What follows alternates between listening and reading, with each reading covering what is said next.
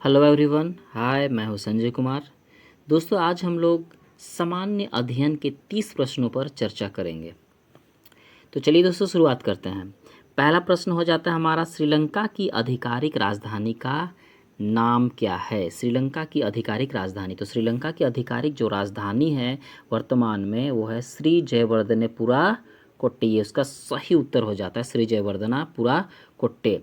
जो C option है दोस्तों, देखिए ये जो है श्रीलंका का जो पुराना नाम था, और जो कोलंबो जो है, कोलंबो ये इसकी पुरानी राजधानी थी। चलिए नेक्स्ट प्रश्न पर हम लोग चर्चा करते हैं। नेक्स्ट प्रश्न है हमारा, भूटान का राष्ट्रीय भाषा कौन सी है? भूटान की राष्ट्रीय भाषा, तो दोस्तों इसकी जो राष्ट्रीय भाषा है वो हो जाती है हमारा जोंखा। जोंखा इसकी राष्ट्रीय भाषा है। और अगर भूटान के राजा की बात करें तो वो हो जाते हैं जिग्मे खेसर नामग्याल वांगचुक, और इसके जो प्रधानमंत्री है वो लोतेत सेरिंग। जो भूटान की जो करेंसी है, मुद्रा, वो नगुल्ट्रम, और इसकी जो राजधानी है वो हो थिम्पू। इसे the land of thunder volt भी कहा जाता है। चलिए नेक्स्ट क्वेश्चन देखते हैं। नेक्स्ट क्वेश्चन है हमारा, तीसरा प्रश्न है, किस देश ने वर्ष 2022 में अंडर 19 विश्व कप क्रिकेट का खिताब जीता? तो दोस्तों इसका सही उत्तर है भारत। भारत ने 4 विकेट से इंग्लैंड को हराया, और इस पर जो है वो 5वीं बार जो है ना, 5th टाइम्स जो है वो अंडर 19 विश्व कप का विजेता रहा है। दोस्तों 2023 ईस्वी का जो आईसीसी वर्ल्ड कप होने वाला है वो भारत में होना निर्धारित है। चलिए नेक्स्ट क्वेश्चन देखते हैं। नेक्स्ट और हमारा क्वेश्चन हो जाता है चौथा, वर्ष 2021 के लिए किस भारतीय मॉडल को मिस यूनिवर्स का खिताब दिया गया? तो इसका सही उत्तर हो जाता है हरनाज कौर संधू। हरनाज कौर संधू जो है 2021 ईस्वी में मिस यूनिवर्स का खिताब जीती। और पहली बार अगर बात करें किसी भारतीय, तो भारतीय महिला है लारा दत्ता। लारा दत्ता जो है 2000 ईस्वी में जो है पहली बार मिस यूनिवर्स का खिताब जीती थी। और वहीं अगर हम मिस इंडिया की बात करें तो मिस इंडिया हो जाती है, पहली मिस इंडिया हो जाती है वो है रीता फारिया। चलिए नेक्स्ट प्रश्न। नेक्स्ट और हमारा पांचवा प्रश्न हो जाता है, हो मुंडारी निकोबारी खासी खड़िया भाषा किस भाषा समूह से संबंधित है? तो इसका दोस्तों 3 ऑप्शन देख रहे हैं हम लोग। ये है इंडो आर्यन, बी जो है द्रविड़ समूह, और सी जो है आस्ट्रिक समूह। इसका सही उत्तर हो जाता है दोस्तों, इसका सही उत्तर हो जाता है आस्ट्रिक। इसका सही उत्तर हो जाता है हमारा आस्ट्रिक समूह। और अगर हम झारखंड के रिस्पेक्ट में बात करें तो इसका जो द्रविड़ समूह है, द्रविड़ समूह में आ जाते हैं हमारे कुड़ुक भाषा और मालतो भाषा, कुड़ुक और मालतो भाषा। और हमारे जितने भी सादानी लैंग्वेज है वो इंडो आर्यन भाषा श्रेणी में आते हैं। तो चलिए हम लोग नेक्स्ट प्रश्न पर चर्चा करते हैं। नेक्स्ट और छठवां प्रश्न है हमारा, भारत का पहला शून्य कार्बन उत्सर्जन वाला हवाई अड्डा कहाँ निर्माणाधीन है? तो इसका सही उत्तर हो जाता है हमारा नोएडा। दोस्तों अगर हम बात करें कि भारत में पहली वायुयान सेवा की, तो पहली वायुयान सेवा जो है 1911 ईस्वी में हमारा नैनीताल से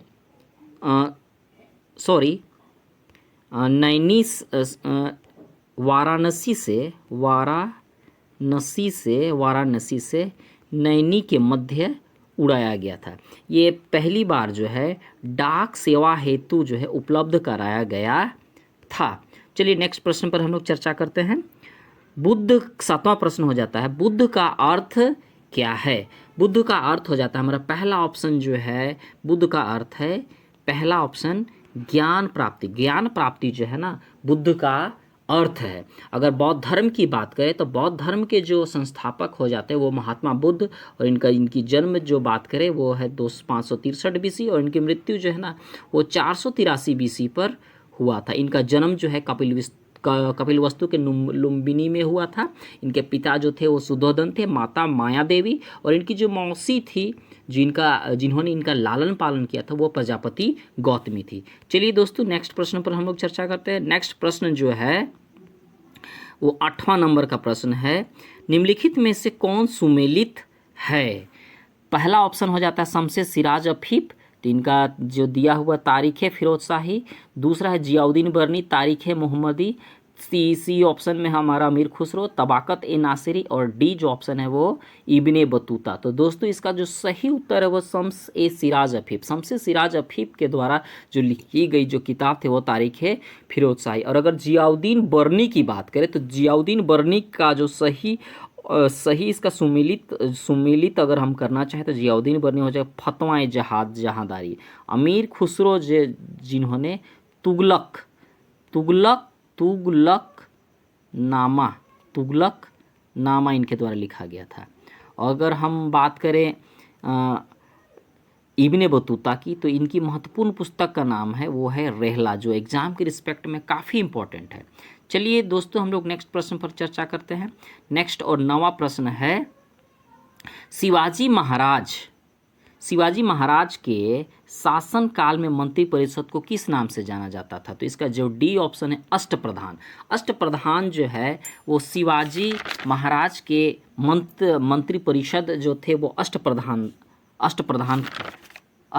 कहा जाता था। इसमें जो पेशवा जो पद था, पेशवा जो कि प्रधानमंत्री होता था, वो सबसे ज़्यादा महत्वपूर्ण था। चलिए नेक्स्ट प्रश्न पर हम लोग चर्चा करें। नेक्स्ट प्रश्न हो जाता है हमारा 10वां, निम्न में कौन सा उपन्यास भारत में स्वतंत्रता सेनानियों के लिए प्रेरणा का स्रोत बना था? तो इसका हम लोग ऑप्शन देखते हैं। ऑप्शन हो जाता है हमारा ए परीक्षा गुरु, बी आनंद मठ, सी रंगभूमि, और डी हो जाता है पद्म राग। तो इसका सही उत्तर है आनंद मठ जो वो बंकिम चंद्र चटर्जी के द्वारा रचित पुस्तक है। बंकिम चंद्र चटर्जी से ही हमारा भारत का जो राष्ट्रीय गीत है वंदे मातरम लिया गया है, वंदे मातरम। और अगर वंदे मातरम की बात करें तो सबसे पहले वंदे मातरम का जो गायन 1896 ईस्वी के कांग्रेस अधिवेशन में इसका गायन किया गया था। और इसको जो है राष्ट्रीय गीत के रूप में जो है वो 24 जनवरी 1950 ईस्वी को राष्ट्रीय गीत और राष्ट्रीय गान जनगण मन, और जो राष्ट्रीय गीत है वो वंदे मातरम को 24 जनवरी 1950 ईस्वी को इसे स्वीकृत किया गया था। चलिए दोस्तों नेक्स्ट प्रश्न पर हम लोग चर्चा करते हैं। नेक्स्ट और 11वां प्रश्न है, भारतीय राष्ट्रीय कांग्रेस के प्रथम मुसलमान अध्यक्ष कौन थे? तो दोस्तों इसका सही उत्तर जो हो जाता है भारतीय राष्ट्रीय कांग्रेस के पहले मुस्लिम अध्यक्ष थे बदरुद्दीन तैयब जी। अगर भारतीय राष्ट्रीय कांग्रेस की बात करें तो ये 28 दिसंबर 1885 ईस्वी को इसकी स्थापना किया गया था बम्बई के गोकुलदास तेजपाल संस्कृत विद्यालय में, जहां 72 प्रतिनिधि उस दिन उपस्थित थे। और इसके पहले जो अध्यक्ष थे वो थे WC बनर्जी यानी कि व्योमेश चंद्र बनर्जी, और दूसरे जो अध्यक्ष थे वो दादा भाई नौरोजी, और तीसरे जो अध्यक्ष जो हुए वो थे बदरुद्दीन तैयब जी, जो कि मद्रास में किया गया था। और इसकी स्थापना का जो श्रेय दिया जाता है वो एलन ऑक्टेवियन ह्यूम को दिया जाता है, जिन्हें हर्मिट ऑफ शिमला भी कहा जाता है। चलिए दोस्त नेक्स्ट प्रश्न पर हम लोग चर्चा करते हैं। नेक्स्ट और हमारा 12वां प्रश्न है, सागा दावा प्रसिद्ध बौद्ध त्योहारों में से एक है। यह निम्नलिखित में से किस राज्य में मनाया जाता है? सागा दावा। तो सागा दावा दोस्तों ये प्रमुख जो बौद्ध त्योहार है वो सिक्किम में मनाया जाता है। सिक्किम में इसे ट्रिपल धन्य महोत्सव भी कहा जाता है। ट्रिपल धन्य महोत्सव के नाम से भी इन्हें जाना जाता है। अगर सिक्किम की बात करें तो सिक्किम के जो मुख्यमंत्री हो जाते हैं वो प्रेम सिंह तमांग हो जाते हैं, और इसके जो गवर्नर हैं वो है गंगा प्रसाद, और इसकी विधानसभा सीट जो है 32 है। सिक्किम भारत का ऐसा राज्य है जिसका जनसंख्या की दृष्टि से ये सबसे छोटा राज्य, और इसका गठन जो है वो हुआ था हमारा 1975 ईस्वी को सिक्किम राज्य का गठन किया गया था। चलिए दोस्तों नेक्स्ट प्रश्न पर हम लोग चर्चा करते हैं। नेक्स्ट और हमारा 13वां प्रश्न है, भारत की मुख्य भूमि का अक्षांश क्या है? तो इसका जो सही भारत के जो अक्षांश की बात करें तो 8 डिग्री 4 मिनट से लेकर 37 डिग्री 6 ये उत्तरी अक्षांश पर आ जाता है। तो इसका सही उत्तर हो जाता है हमारा ए। और अगर हम इसके देशांतरीय विस्तार की बात करें तो ये हो जाता है 68 डिग्री 7 मिनट से लेकर हो जाता है 97 डिग्री 25, ये 25 मिनट पूर्वी देशांतर हो जाता है। चलिए दोस्तों नेक्स्ट प्रश्न पर हम लोग चर्चा करते हैं। नेक्स्ट और 14 नंबर का जो प्रश्न है वो है हमारा वो प्रश्न है, झीलों के अध्ययन को क्या कहते हैं? झीलों के अध्ययन को क्या कहते हैं? तो झीलों के अध्ययन को कहा जाता है लिम्नोलॉजी। इसमें 2-3 और ऑप्शन है। टोपोलॉजी जो है ना, टोपोलॉजी पर चर्चा करें तो ये हो जाता है हमारा कंप्यूटर नेटवर्क है। और ये पोटोमोलॉजी तो ये नदियों का अध्ययन हो जाता है पोटोमोलॉजी। हाइड्रोलॉजी जो है ये जल विज्ञान है। चलिए नेक्स्ट प्रश्न देखते हैं। नेक्स्ट प्रश्न है, निम्न में से किस नदी का स्रोत भारत से बाहर है? तो भारत से बाहर जो नदी का स्रोत है वो हो जाता है हमारा ब्रह्मपुत्र। ब्रह्मपुत्र जो नदी है वो हमारा है मानसरोवर झील यानी कि तिब्बत से निकलती है। इसका जब ये तिब्बत में इस नदी को सांगपो कहा जाता है, परंतु जैसे ही भारत में ये प्रवेश करता है नामचा बरुआ में इसका नाम हो जाता है दिहांग। नामचा बरुआ में इसका नाम हो जाता है दिहांग। और जैसे ही दिहांग से लोहित नदी मिलती है इसका नाम हो जाता है ब्रह्मपुत्र। और ब्रह्मपुत्र नदी जो है ब्रह्मपुत्र नदी को बांग्लादेश में जमुना कहा जाता है।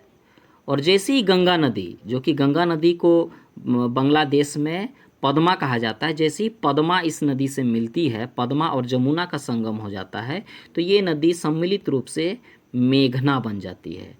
तो दोस्तों इसका जो सही उत्तर हो जाता है वो हमारा ब्रह्मपुत्र। चलिए नेक्स्ट प्रश्न को देखते हैं। नेक्स्ट प्रश्न जो है हमारा 16 नंबर का प्रश्न है दोस्तों, झूम कृषि अभी कहाँ प्रचलित है? झूम कृषि। तो दोस्तों झूम कृषि के बारे में एक बार मैं चर्चा करना चाहता हूँ। झूम कृषि जो है ना एक प्रकार की स्थानांतरित कृषि है, जो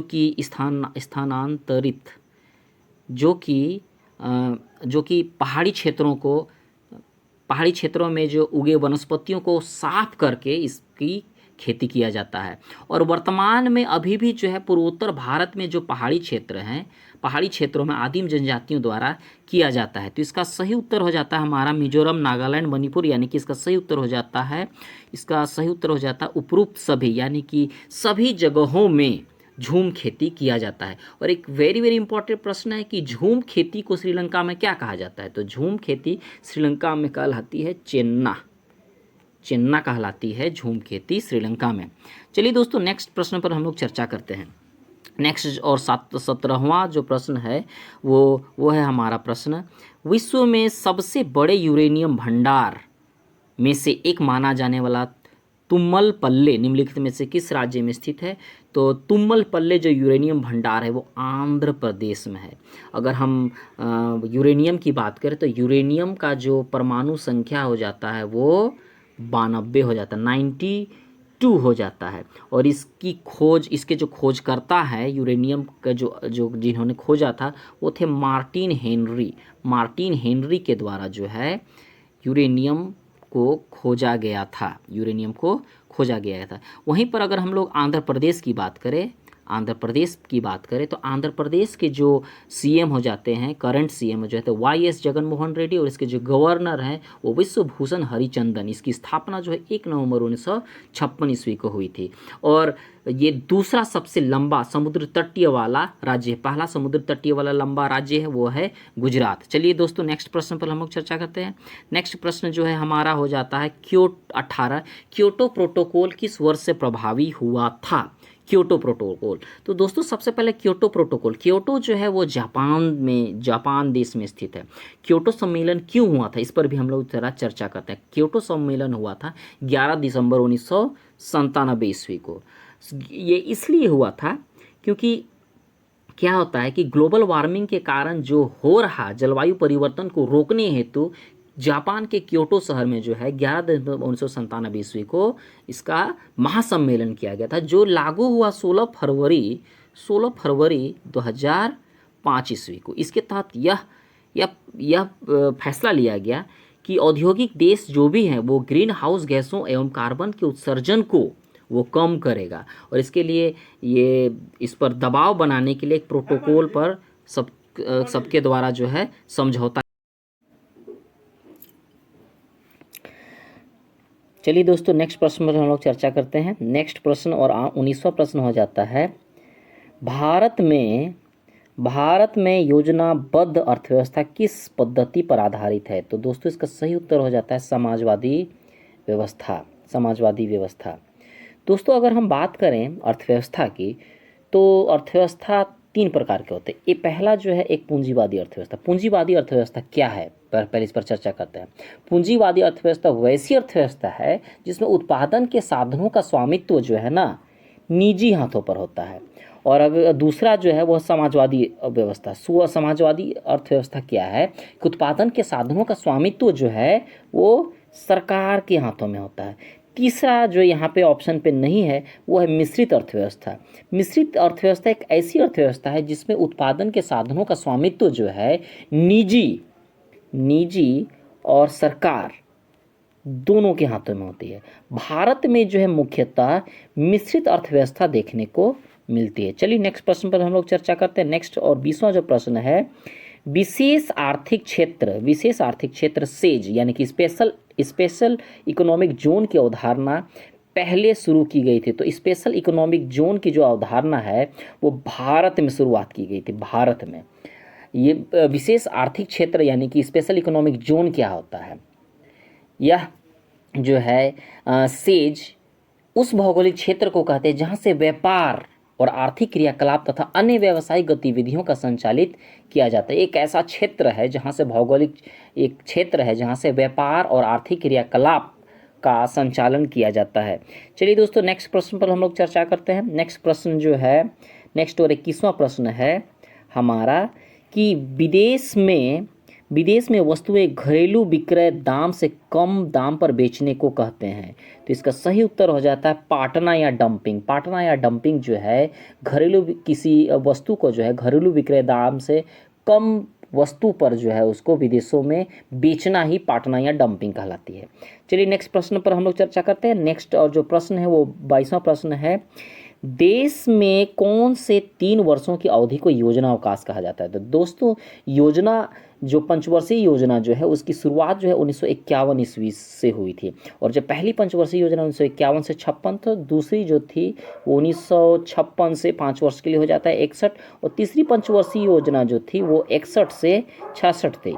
दोस्तों इसके पश्चात क्या हुआ कि 1966 के पश्चात जो एक एक वर्षों की अवधि के लिए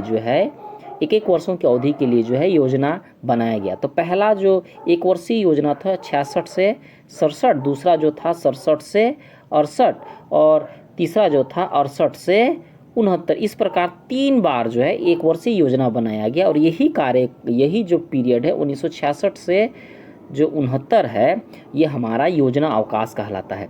चलिए दोस्तों हम लोग नेक्स्ट प्रश्न पर चर्चा करते हैं। नेक्स्ट और 23वां प्रश्न है, भारत के संविधान के ऊपर सबसे अधिक प्रभाव निम्नलिखित में से किसको माना जाता है? तो इसका सही उत्तर हो जाता है भारत सरकार अधिनियम 1935। दोस्तों जो हमारे जो 395 अनुच्छेद है उसका 2/3 हिस्सा जो है भारत सरकार अधिनियम से ही लिया गया था। वर्तमान में इसके कुल भाग जो हैं वो 25 हैं, जो कि मूल संविधान में 22 भाग थे।